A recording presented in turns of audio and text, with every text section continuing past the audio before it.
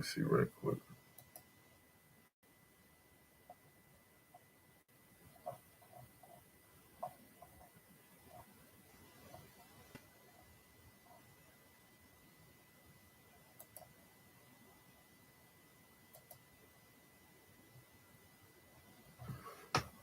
Shalom, shalom, everybody. How y'all doing? Welcome, welcome, welcome. I was trying to get things situated.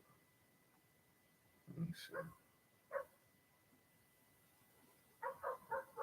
So we can get ready for, hey, can whoever that is that's on, can you say something in the chat? I want to see if the chat's working. I switched it up, so let's see if the chat's working. Just, hey, hello, howdy, whatever, shalom, something.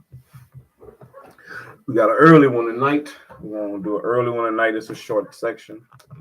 We are in chapter 9, section 1.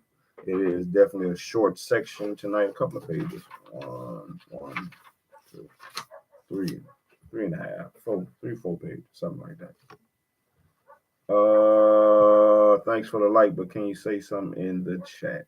Where is the chat? I'm trying to see.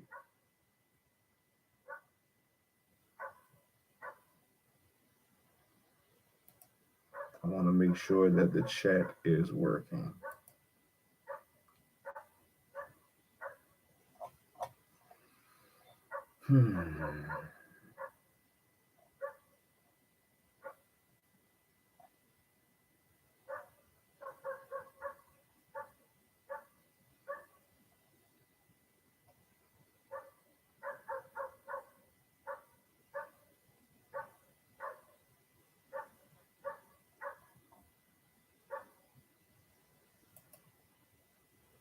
All right.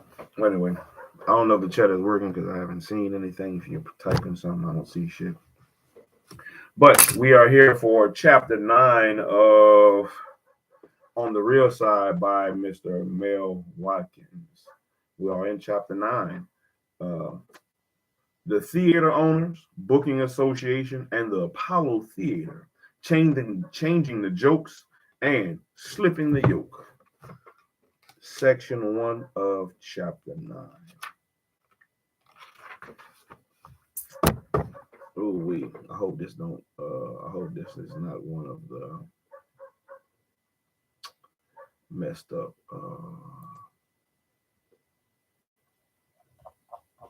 Messed up things. Let me see. I hope this is not.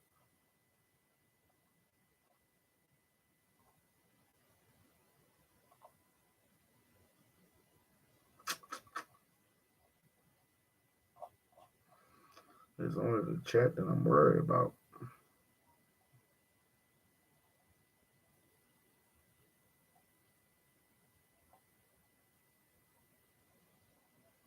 All right, fuck it.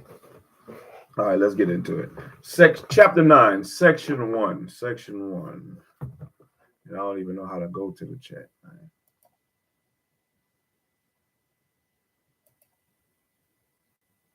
There we go. Now I see him. Now I see the chat. Shalom, shalom, shalom. Finally calling. All right, we in here. Now I see the chat. I figured it out. All right, let's get it. Let's get it. Howdy, howdy. Welcome, Miss Teresa. Welcome, Miss Boxy. All right. Shit. Chapter 9, section 1. It's only a short one. I'll come back tomorrow. What's tomorrow? Tomorrow, Wednesday. Yeah, Lord willing. Lord spare life. I'll come back tomorrow because section 2 is long, man. It's a long section. So section 2 gonna need its own time. It's gonna be about an hour and a half read for section 2. Section 1 is only gonna be maybe about 30 minutes. Maybe. Yeah, section 2 is long. So I don't want to read both of them tonight. I do, but I don't. I got other stuff to do. But once again, section 1. Section 1. People always enjoy the low-style comedy of their heritage. It was the same with the blackface comedian. If not, he not only made people laugh at him and his people, he also made fun of other races and nationalities. Sammy Davis Jr. My uncle was a comic too. My uncle was a part of a team. My uncle was around during the old days. You know, when the teams had names like off and on, up and down, and under and stop and go. My uncle belonged to a comedy team called Well Enough and Bad Enough. And they were doing all right. Then Bad Enough got married. My uncle started working alone. He was doing well enough. Flip Wilson.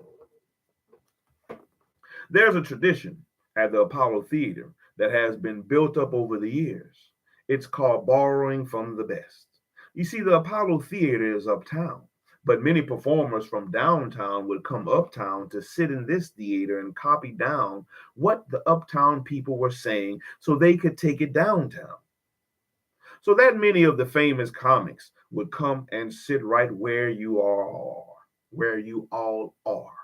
Well, not really, mostly in the back, because they had paper and pencil and they would copy down what the uptown person was saying and then take it downtown. Many dancers, choreographers came uptown to copy down what they saw uptown and take it downtown where people thought it was new and innovative and they had created it downtown. But they hadn't. They saw it uptown and kept it quiet. But what part of town they saw it around when they wrote it down? Bill Cosby. Section 1.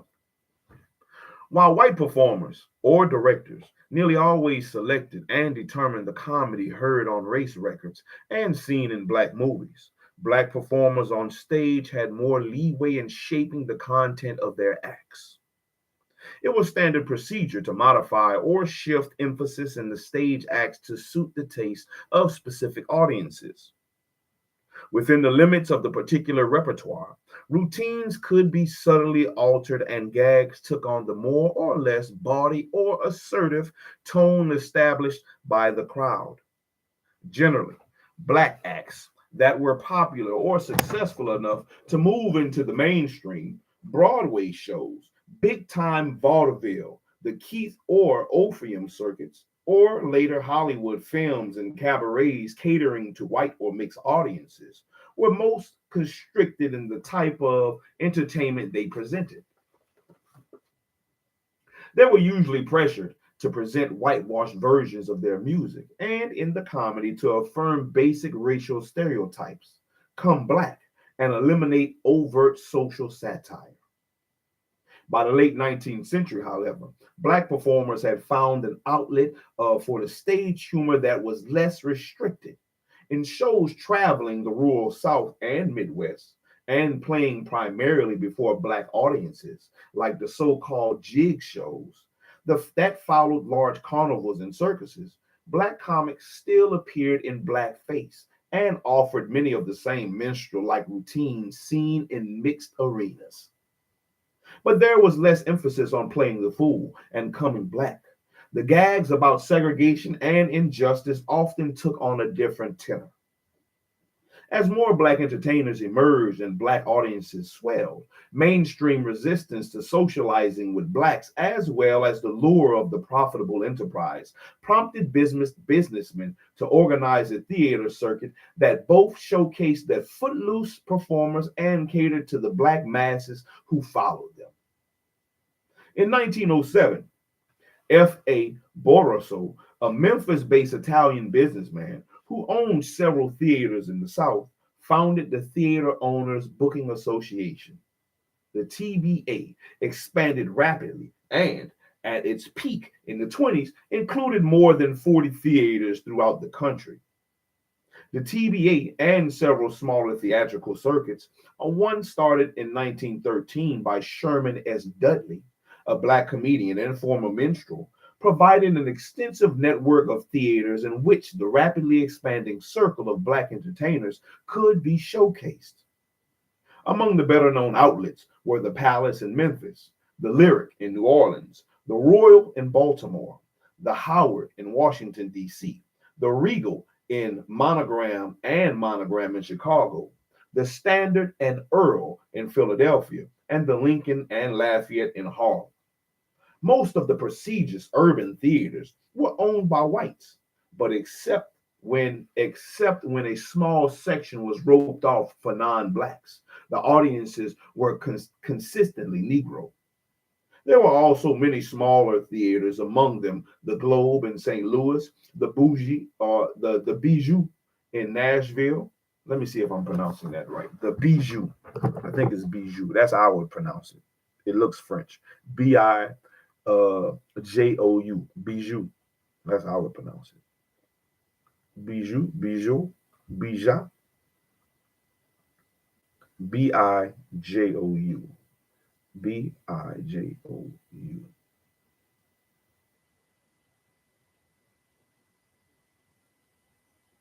Bijou. A bijou. Let's see. Bijou. A bijou.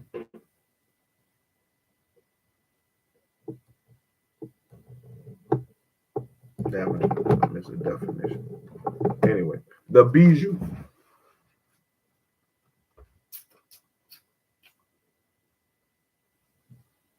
I lost my place looking for the bijou.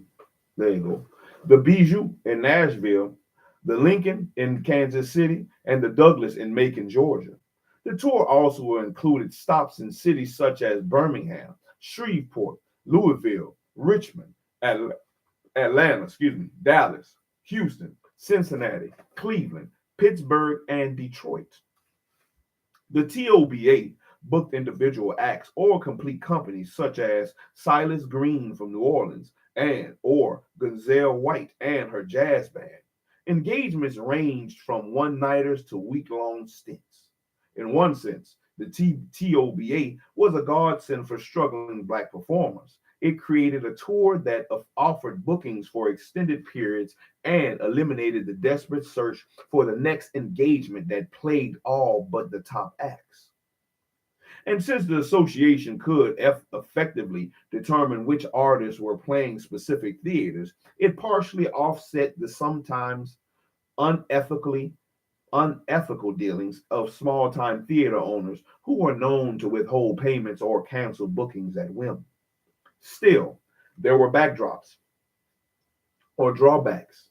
Theater owners did not pay traveling expenses, so many artists avoided scheduling in schedules involving long distance travel. Marginally paid minor acts barely broke even on those tours, and many of the white run theaters provided pretty squalid working conditions. Giles Oakley writes in The Devil's Music, a history of the blues. In some artists, would dress underneath the stage behind thin partitions, come out through the orchestra pit, and climb precariously up the ladder, hoping to get on stage before the lights came up. Ethel Waters recalled in her autobiography, his eyes are on the sparrow. Of all the rinky dink dumps I played, nothing was worse than the Monogram Theater in Chicago.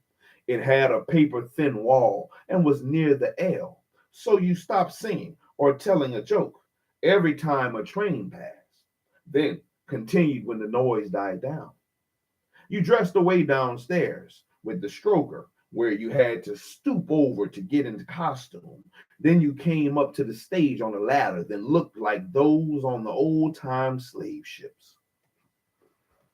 Perhaps most distressing, the circuit included extensive travel in the South, where blacks and particularly black entertainers were not welcomed by the town fathers. Engagements often required traveling hundreds of miles by bus through towns displaying signs that warned no niggas allowed. Finding sleeping accommodations was also difficult. Segregated restaurants and diners often meant traveling miles out of the way to eat, or worse, simply going hungry. Some Southern theaters were owned or managed by unscrupulous, outspoken racists who, while profiting from African American performers and patrons, displayed outright contempt for Negroes. Charles P. Bailey, owner of Atlanta's 81 Decatur Street Theater, was one of many. Described by Ethel Waters as a tough bitten old Georgia cracker, Bailey was one of the most powerful men in Atlanta during the teens and 20s, and with the help of the local police, ran his theater like an antebellum plantation. According to Waters, he often harassed female performers. After an argument, he beat Bessie Smith and had her thrown in jail. During a heated disagreement about working conditions, Waters responded to one of Bailey's outbursts. No Yankee nigga bitch is telling me how to run my theater with you or no other cracker. Son of a bitch can tell me what to do. Leaving her feet and many of her costumes behind, Waters had to sneak far enough out of town by horse and buggy to get to an out-of-the-way railroad station where she could buy a ticket to leave Atlanta and escape Bailey's fury. Many towns also had curfews for blacks, which meant that outright or overnight travel involved breaching local laws. Working in these towns often required obtaining a pass in order to leave the theater after the performance. If that ain't some slave days shit. Atlanta was one of the cities that banned blacks from the streets after certain hours, and as Waters' experience indicates, Bailey and other theater owners used the law to control performances. And people was worried about how during the jab time you had to it was a curfew, and they was worried about the curfews. But man, they wasn't, they don't look at the times like this where the curfew was just because of the color of your skin. If you was black, you better stay in. You got black skin, you better stay in.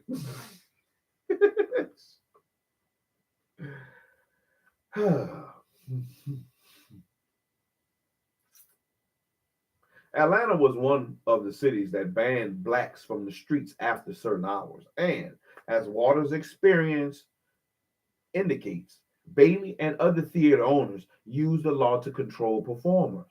Moreover, as in many other areas in the South, Atlanta whites were not pleased to see their niggers leaving town. Doll Thomas, a minstrel show performer and later a projectionist at the Apollo Theater, recalled an early experience in Atlanta. Having witnessed the humiliation of a fellow performer who had attempted to enter the front door at the theater, Thomas decided it was time to go. A week later, he recalled, I went to the railroad station. I put my money down and said, give me a ticket to New York. The red-faced cracker looked at me and said, ain't no niggas leaving here. We don't allow them out. That man refused, absolutely refused to sell me a ticket. And soon, to many black entertainers, the acronym TOBA became widely known simply as tough on black asses. Still, TOBA looms as one of the most important chapters in African American entertainment history. It provided the principal stage for the transition from minstrelsy, rigidly maintained stereotypes, to the performance style that more accurately reflected the majority taste of the black community. Just as later Apollo Theater audiences were known to be determined or demanding and impatient, TOBA circuit audiences were outspoken and inhospitable to acts that either were lackluster or strayed too far from performing black performance styles. As an amateur night at the Apollo, a Puerto Rico or executioner to rush out and escort bungling acts off when the boos reach a crescendo. I guess that's when the Sandman came into the picture. But audiences would greet unpopular acts with derisive catcalls, invective, and an occasional flying missile. That was usually enough to tighten up a performer's act.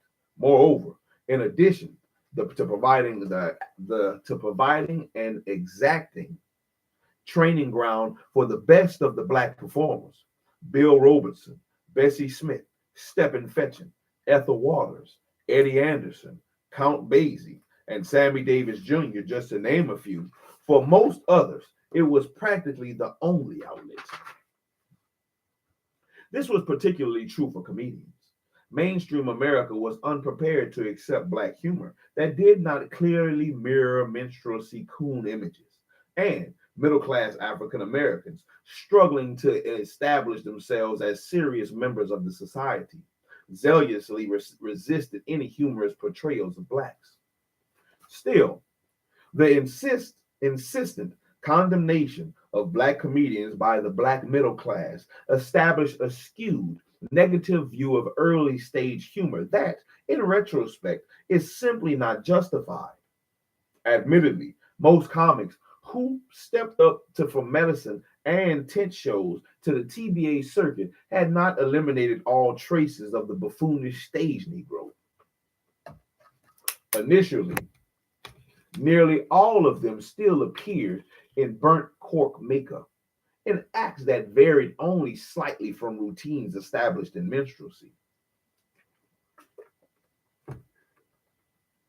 Like black musicians of that period, they were absorbing accepted mainstream forms, often distorted versions of their own humor, and infusing those stage exaggerations with the real life humor they experienced every day in their own community. For many African American humor, for many African American humor, like music, was deeply embedded in the routine activities of daily life. It was part of the matrix of attitudes and behavior that extolled storytelling, individual one-upmanship, verbal play, and the ability to transcend mundane circumstances with spirited jesting. That humor was, no doubt, regularly seen then as it is now in the camaraderie displayed at barbershops and lodge meetings, that ritualized repertoire, if the repertoire, shit, man. Let me see. Let me see.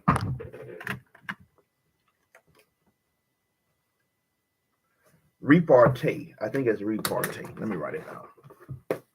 REPARTEE. REPARTEE.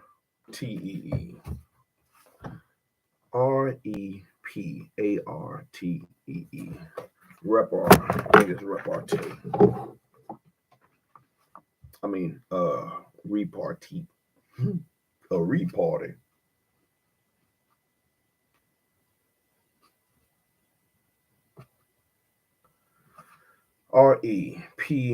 REPARTEE.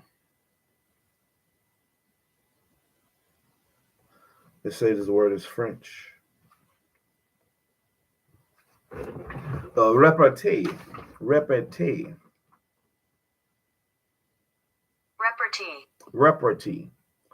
Repartee. What does it mean? Quick and witty reply. A repartee. A repartee.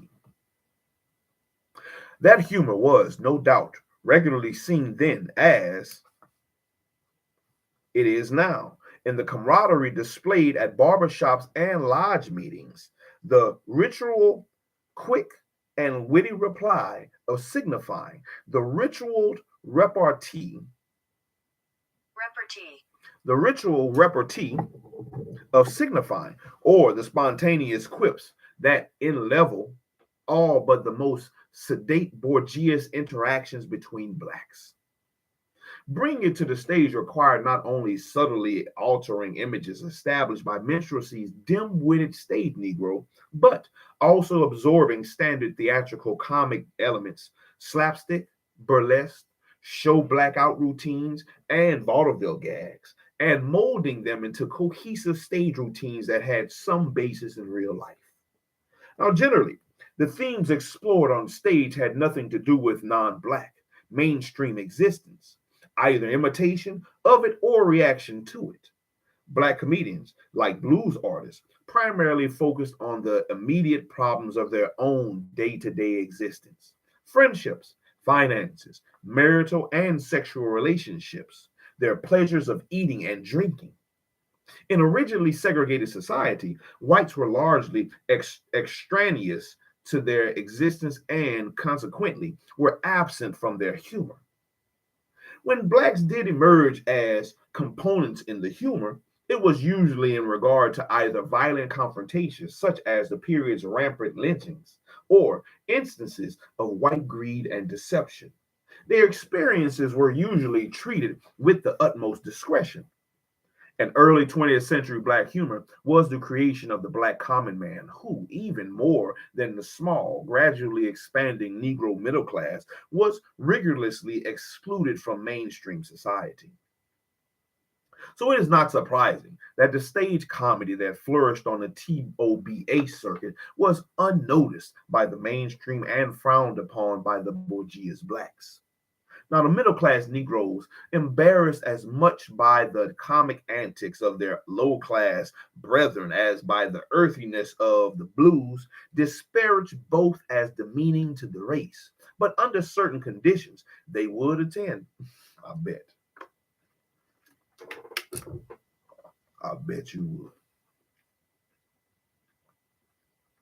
During the 20s, for example, the Howard Theater in Washington admitted only light-skinned, presumably middle-class Negroes, that select Sunday night performances prompted some entertainers to boycott the shows. Mostly, however, the black masses and a small couture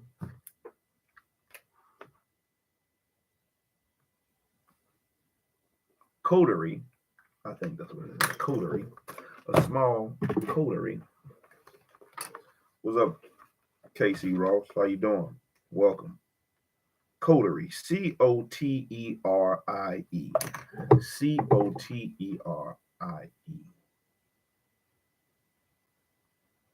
Small coterie. A small coterie of white comedians and musicians who observe and usurp the best of the material for their own acts, were the only consistently enthusiastic followers. A coterie, not criteria. Coterie.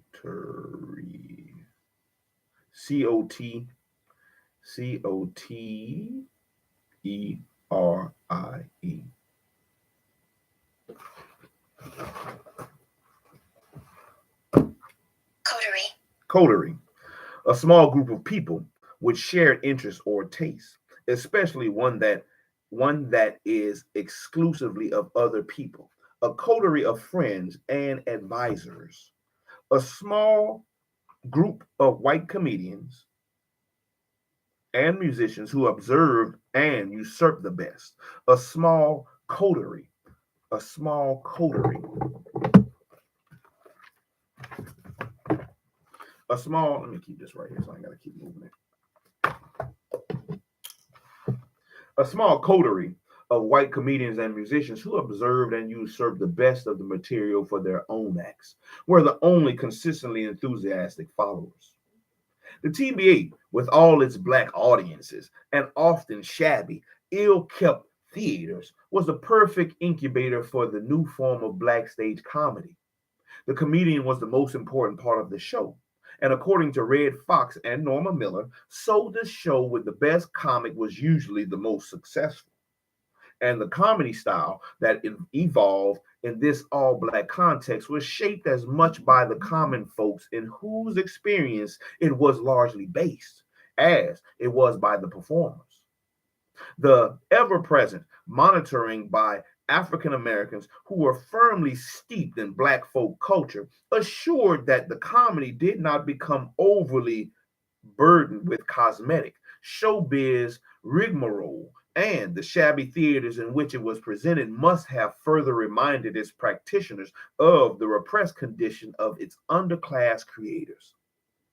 Now, during the teens, the 20s, and early 30s, that style matured, moving closer to the genuine reflection of the roots and establishing a theatrical foundation on which comedians such as Slappy White, Red Fox, Nipsey Russell, Timmy Rogers, Flip Wilson, and Richard Pryor would eventually build their stage humor. And that was section one. That was section one. Section one of chapter 9 of On the Real Side by Mr. Mel Watkins, man. Oh, man, I got 3 people in here tonight. Ooh, I want to keep going, but it's going to be too long. I don't even want to start section 2, man. I really don't. Because if I start it, man, I feel like I gotta finish it. And it's gonna be another damn hour and a half. And I got stuff to do. That's why I'm reading early. Shit. Man, I want to go into no, fuck it. All right, that's that. That's that for tonight. I want to read. I really do want to read section 2. I don't. I want to. I really want to read section 2, but it's going to take too much time tonight. Too much of the time. So we'll keep it there. I want to make sure I got it in because I didn't want to. I didn't want to wait till it was too late, and then I might be out of there. So so far so good. We are starting to roll in these what it would be the beginning of what people consider the chitlin circuits, um, where we see so far in the beginning of this chapter that ain't shit changed. It's still the same. Um, they'll still get, I think if it was up to people for real, the way these circuits are ran would still be, all the way ran today, especially with the segregation, which I really don't mind, honestly. I really don't mind the segregation part. I think we're better off during segregation anyway. But um, the way that the owners of these places can put a hold on people's funds or put a hold on the actors and performers, comedians, dancers, singers, whoever they were at this time, they still can do the same thing now. They try to push people out, what they call them, blackballing them, blackball people, push them out of certain circuits. You can't come to these cities and that cities. That stuff still happens today. It still happens today. It's no different. Is most likely a lot of these theaters that they named, people may still go to these theaters today despite the history of unwantedness, despite the history of unwantedness that these places may have had. One of the things that I hate to see is the want to be a place where you're not wanted. The want to be in a place where you're not wanted. And I think our people really, my people, really struggle with that. Want to be loved by people who don't love you. Want to be places where people don't want you. Want to be with people who don't want to be with you. Learn things from people who don't want you to learn. So it's certain things you can't really expect, in my opinion. Like you can't expect to be taught everything by a person who really don't want to teach you shit. You can't expect to be paid correctly by a person who really don't want you to work for them. You can't be expected to be taken care health wise by a person who don't care whether you live or die. So it's a bad thing. But I am happy to see the growth within the chapters or within this chapter, the growth from the minstrelsy and the vaudeville stage, from the blackface or the black court makeup to them being themselves. I like the progression. And hopefully we can keep progressing to being ourselves and having our own. But these are some of the things that I have learned, and these are some of the things that I can, what's the word I'm looking for? I can state an opinion on, So I hope that if there's anything that you may have learned, is there something that you can learn and grow from in this section? Is there something that you can take from? Is there any key points that you may still see today or don't see? And if you do see them, how does or do they affect you in your everyday life? Do they affect you? I think they do.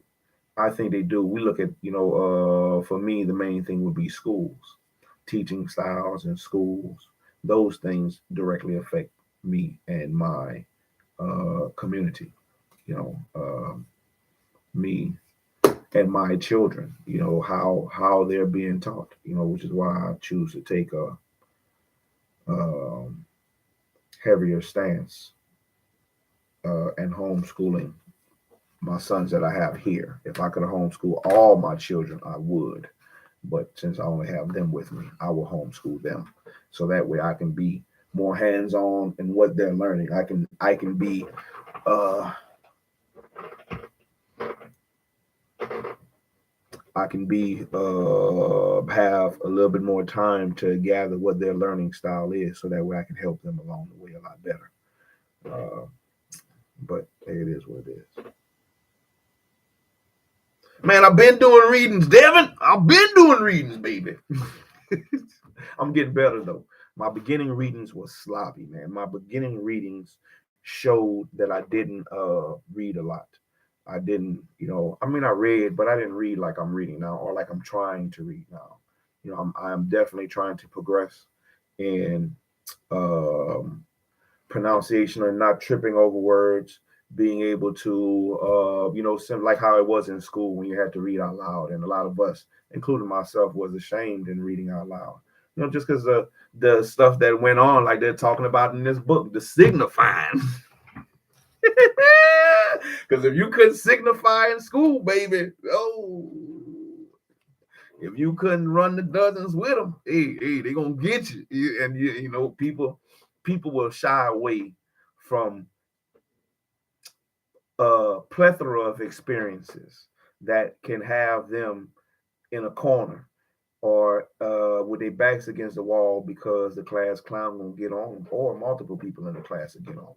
So, and I guess these are some of the experiences as well that the comedians would take. And in this chapter, they may have to, you know, reduce it to a softer way so that way it's more palatable for the white audiences, because they don't play like we play and we don't play like they play. You know?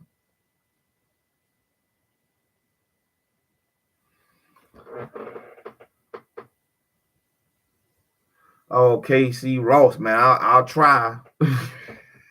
I'll try. Shit, I'll try to do so, KC Ross. I'll see about trying to make it. There's so many videos, man. I have over some of the readings I have to redo.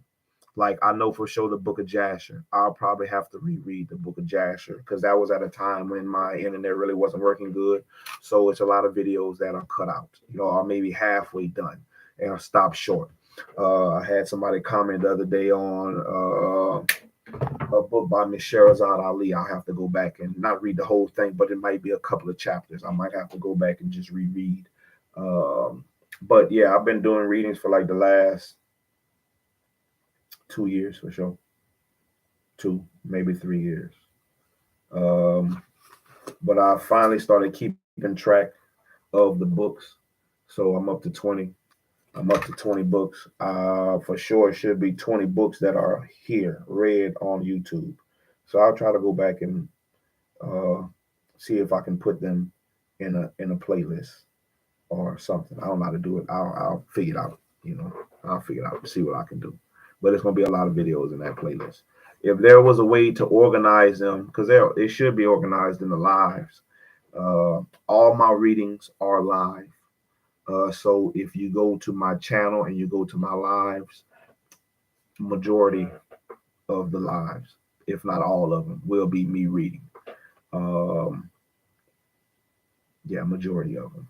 Anything that's not live is just other shit. Like maybe I was fishing or doing some hunting shit, doing some carpentry shit, some carving. Those things are probably pre-recorded and put at another time, and I have such a hard time doing those as well, because it's not. I'm terrible with recording shit. I'm terrible when it comes to taking pictures. When it comes to recording shit, I suck because I have to. It has to be. I need a cameraman or a camera woman. Somebody. I need somebody with a camera because I'm not gonna do it. For me to, it's like too much shit, man. For me to sit up, put my camera here, try to find an angle. Can it hear me good? I'm thinking about all that stuff, man. I don't even want to buy humbug, But I'll see what I can do. But I appreciate everybody who has came in and stayed with me for this little bit tonight. Tonight was a pretty decent one. I didn't stumble over too many words tonight. as we're getting further along in the book, it seems to me that the words are not being as difficult. The words are not as difficult. At the beginning of the book was like I was reading definitely reading what they call it. What do they call it? A journalist. A journalist was trying his hardest to come up with the biggest words they could come up with to explain what the hell they was trying to explain. So all the big words is in the slavery time, and all the regular words is coming so far coming towards the end. The words that I know. But once again, whatever reading it is, if it's a word that I'm not sure on how to pronounce, if it's a word I don't know what it means, it's new to me, I will stop, write it down, we'll look it up, we'll see the pronunciation, we'll try to use it within the sentence to try to see if it can help us understand and comprehend what's trying to be said more. Uh, and we'll keep moving forward. One word at a time, one page at a time, one section at a time, one chapter at a time until we finish the book, man. Until we finish the book and on to the next one. So keep looking out. If I feel good enough tonight, if I'm done doing whatever I'm doing tonight, it may be late. I will come back and do section 2 later on tonight, but that probably won't be like 2 o'clock in the morning if I do it. If not, then I'll come back tomorrow. Shit, around 9, 10, 9:30, 10 between that. I'll shoot for them. I'll shoot for that. And we'll pick up with section 2 of chapter 9, the theater owners, the booking association, and the Apollo Theater, changing the joke and slipping the yoke. And these are two of the, who's that, Moms Mabley and Pigmeat Markham, two of the old time comedians, dancers, singers, showmen, entertainers, that paved the way for people like Red Fox, Martin Lawrence, Richard Pryor, Bill Cosby, and so on and so forth, and anyone that you can think of that stands and holds the stage and try to do their comedian thing. They paved the way for them. Without them, it really wouldn't be. Without Pigmeat Markham and Moms Mabley, it really wouldn't be, no comedians, female or male. For real, for real.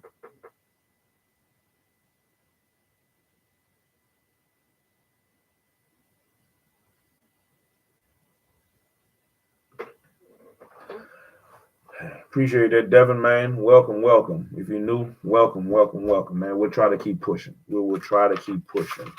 But till next time, man. Till next time. Shalom, everybody. Appreciate, man. Hey, if you haven't liked the video or the live, like the live. Thank you for the comments in the comment section. I appreciate that. It helps with the engagement. I love to see it.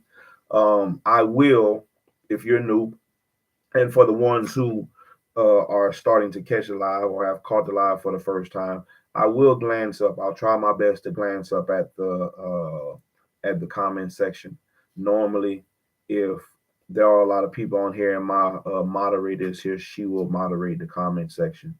But during the readings, if I read a comment that I can answer, I will answer it quickly and I will get back to the readings. I will try my best not to, I may have a little something to say here and there through the reading as I come to something that may catch my ear, but I'll try to keep reading through. I don't want to delay the reading more than it has to be. So I'll try my best. Once again, I try my best to keep up with anybody who is in the comment section. But I appreciate the comments and the back and forth communication today. I appreciate it for real, for real. So, but we'll come back next time, man. This has been Reading with SHILO. That can help us learn and grow in some type of way. Let me know. Put it in the comments. And we'll see if I have it already, or if I don't have it, can I get a hold to it and can I add it to the to the playlist that people is asking for. That Miss Casey Ross is, I don't know if it's Miss, my bad, that Casey Ross is asking for. But yeah, that's that. Shalom, everybody. Hope y'all have a wonderful night.